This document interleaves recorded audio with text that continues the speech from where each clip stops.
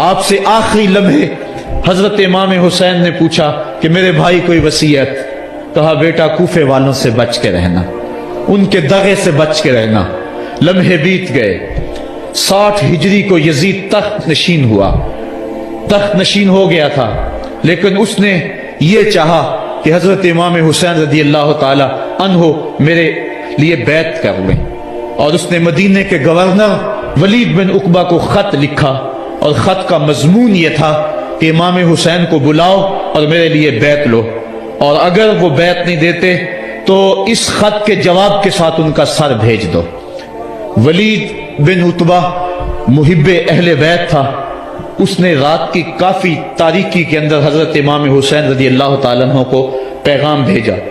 حضرت امام حسین نے حضرت عبداللہ ابن زبیر سے مشورہ کیا، انہوں نے کہا اس وقت گورنر کا بلانا خیر نہیں، صبح جائیں گے۔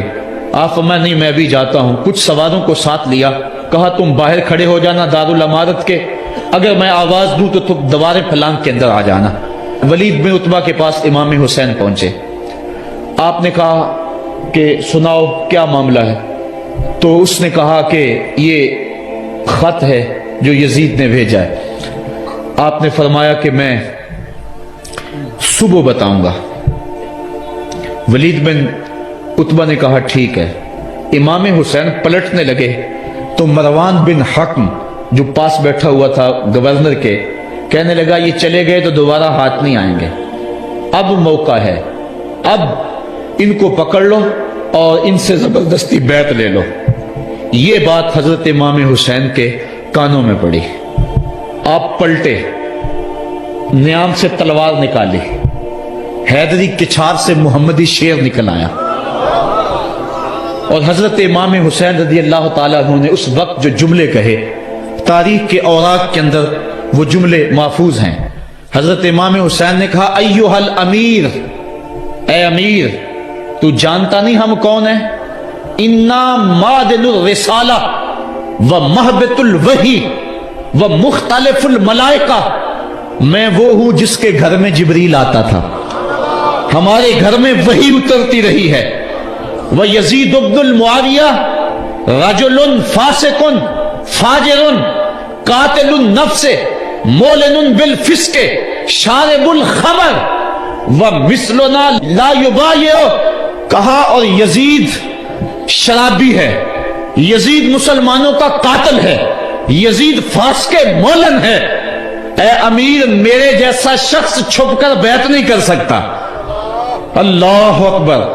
حضرت امام حسین نے جب یہ بات کہی، جو باہر لوگ کھڑے تھے وہ بھی چاقو چوبند ہو گئے۔ اس نے کہا حضور آپ جائیے۔ مروان مشورے دیتا رہا، لیکن حضرت امام حسین کو گورنر مدینہ نے کہا کہ آپ جائیے۔ حضرت امام حسین رضی اللہ تعالیٰ عنہ واپس پلٹے۔ حضرت امام حسین کی ہمشیرہ سیدہ زینب انتظار کر رہی تھی بھائی کا۔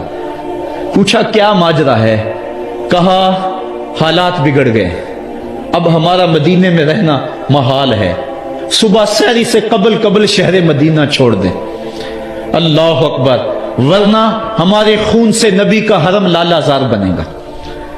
حضرت امام حمام رضی اللہ تعالیٰ عنہ نے اہل بیت کی مشاورت سے یہ فیصلہ کر لیا۔ کجاوے کسے جانے لگے، سامان تیار ہو گیا۔ حضرت محمد بن حنفیہ کو کہا کہ تم یہاں رہو اور تم خبر پہنچانا کہ پیچھے کیا ماجرے ہوتے ہیں، اور مکے کی طرف میں سفر کر رہا ہوں۔ کہانی لمبی ہو رہی ہے اور وقت کے دامن میں اتنی گنجائش نہیں ہے کہ پھر کس طرح شہر مدینہ چھوڑا ہوگا۔ حاجی جاتے ہیں 8 دن اور 8 دن کے بعد مدینہ چھوڑتے ہیں، ان سے کوئی پوچھو کہ مدینہ چھوڑنا کتنا مشکل ہے۔ وہ کیا کسی حاجی کو لوگ مبارک دے رہے تھے، اس نے کہا تھا مبارک دے رہے ہو دوستو حج و زیارت کی، میرا غم بھی تو دیکھو، میں مدینہ چھوڑ آیا ہوں۔ جو 8 دن مدینہ رہتا ہے اس سے مدینہ چھوڑا نہیں جاتا، جس کی ولادت مدینے میں ہوئی، جو کھیلتا تھا تو مدینے کی گلیوں میں، جس کے گھر کا دروازہ مسجد نبوی میں کھلتا تھا، اس حسین کو مدینہ چھوڑنا قیامت ہوگی۔ شہر مدینہ چھوڑا، حضرت امام حسین رضی اللہ تعالیٰ عنہ مکہ المکرمہ پہنچے، وہاں رمضان گزرا، حالات وہاں بھی بگڑتے گئے، مسلسل خط آتے رہے کوفے سے، کہانی طویل ہے. 8 ذوالحج کو حضرت امام حسین رضی اللہ تعالی عنہ کوفے کی طرف عازم سفر ہوئے. حضرت عبداللہ ابن عمر، عبداللہ ابن عباس رضی اللہ تعالی عنہما اور دیگر صحابی ہاتھ جوڑ کے کھڑے ہو گئے. بلکہ حضرت عبداللہ ابن عباس نے تو یہاں تک کہہ دیا کہ میں دیکھ رہا ہوں کہ وہاں تمہیں شہید کیا جائے گا، آپ اگر ضرور جاتے ہیں تو ان بچوں کو چھوڑ دیں. حضرت امام حسین فرماتے میرے غم گسارو، میرے پیارو مجھ کو نہ روکو، مجھ کو جانے دو، مجھے نانے کے دی کی ڈوبتی کشتی بچانے دو. میں جاتا ہوں کہ دنیا پر وفا کا نام رہ جائے، میں رہوں نہ رہوں پر عظمت اسلام رہ جائے. میں نہیں جاتا تو نبی کے گھر کی آن جاتی ہے، لوگوں تمہارا دین جاتا ہے، میری غیرت ایمان جاتی ہے. کہا مجھے جانا ہوگا. 8 ذوالحج کو لوگ کعبہ کی طرف آ رہے ہیں اور کعبہ دلہن کی طرح سمرا ہوا ہے، طواف کرنے والوں کا جھرمٹ ہے، حاجی حج کرنے آ رہے ہیں. لیکن حضرت امام حمام کسی اور حج کی تیاری کر رہے ہیں. کسی نے کہا حج تو کر جائیں، اتنی مرتبہ مدینے سے پیدل چل کے آئے اور آج تو مکہ المکرمہ میں موجود ہے. کہا پیچھے ہٹو، جو حج میں کرنے جا رہا ہوں وہ انوکھا ہوگا، وہ نرالا ہوگا. تم بھی طواف کرو گے، میں بھی طواف کروں گا. تم طواف کعبۃ اللہ کا کرو گے اور میں خیموں کا طواف کروں گا. ایک حج تمہارا ہے، ایک حج میرا ہے. تم بوسے لوگے کس کے حجر اسود کے، میں اپنے فرزند کا منہ چوموں گا. لوگوں ایک طواف تمہارا ہوگا، ایک طواف میرا ہوگا. تم آب زمزم پیو گے، میں پیاسا رہوں گا. اور تم کبھی صفا پہ کبھی مروہ پہ دوڑو گے، میں کبھی علی اکبر کی لاش اٹھانے جاؤں گا، کبھی میں قاسم کی لاش اٹھانے جاؤں گا، کبھی اون و محمد کے تڑپتے ہوئے لاشوں کو اٹھانے جاؤں گا. لوگوں ایک حج تمہارا بھی ہے، ایک حج میرا بھی ہے. جب تم حج کر لو گے تمہاری سائی مکمل ہو جائے گی تو تم سر مڈا کے حرام کھول دو گے، اور جب میری سائی مکمل ہو جائے گی تو میں سر کٹا کے حرام کھول دوں گا. تم سفید حرام پہنو گے، میں سرخ حرام پہنوں گا. اور وہ حج قیامت تک کے آنے والے حجوں کی آبرو ہوگا. حسین اگر نہ شہید ہوتا تو آج گھر گھر یزید ہوتا. اسلام کی عظمت عیاں نہ ہوتی، خدا کے گھر میں اذان نہ ہوتی. بار الہا نوحہ سناتا پھرتا، تا روز جزا اشک بہاتا پھرتا. امداد نہ کرتے اگر کربلا میں حسین، اسلام تیرا ٹھوکریں کھاتا پھرتا. کربلا کی تپتی ہوئی ریگزار میں حضرت امام حسین نے جبر و ظلم کے خلاف جس قوت سے کھڑے ہو کر عظیمت کی داستان رقم کی. 10 محرم کا دن تھا، جمعے کا یوم سعید تھا. بیچ کربلا کے میدان میں دوپہر کے وقت جب نبی کا خاندان اجڑ رہا تھا، ایک ایک کلی اس چمن کی کٹ رہی تھی. 72 افراد 22,000 کے لشکر جرار کے مقابلے میں کھڑے تھے. وہ یزید جس نے اس کے علاوہ بھی بڑے جرم کیے، جس نے جو ہے وہ 1700 صحابہ کو مکہ المکرمہ میں شہید کیا، جس نے 700 حفاظ کرام کو شہید کیا، جس نے حضرت ابو سعید خضری کی داڑھی نوچ لی، جس نے مدینے کے اندر مسجد نبوی کے اندر گھوڑے باندھے، جس نے جو ہے وہ 3 دن تک مسجد نبوی کے اندر اذان نہ ہونے دی، وہ یزید آج کربلا کے تپتے ہوئے ریگزار کے اندر آل رسول کے ساتھ ظلم کی وہ داستان رقم کر رہا تھا کہ قیامت تک آنسو سسکیاں نہیں تھمنے پائیں گی.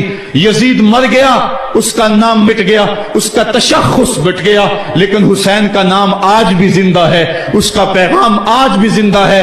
یہ ہزاروں کا مجمع، یہ امٹتے ہوئے محبتوں کے جذبات، یہ آنکھوں کا آنسوؤں کا خراج دینا، کیا یہ حسین ابن علی کی زندگی کی دلیل نہیں ہے؟ کون ہے جو یزید کا نام لیتا ہو؟ آج اگر کوئی یزید کا نام لیتا بھی ہے تو سر جھکا کے لیتا ہے.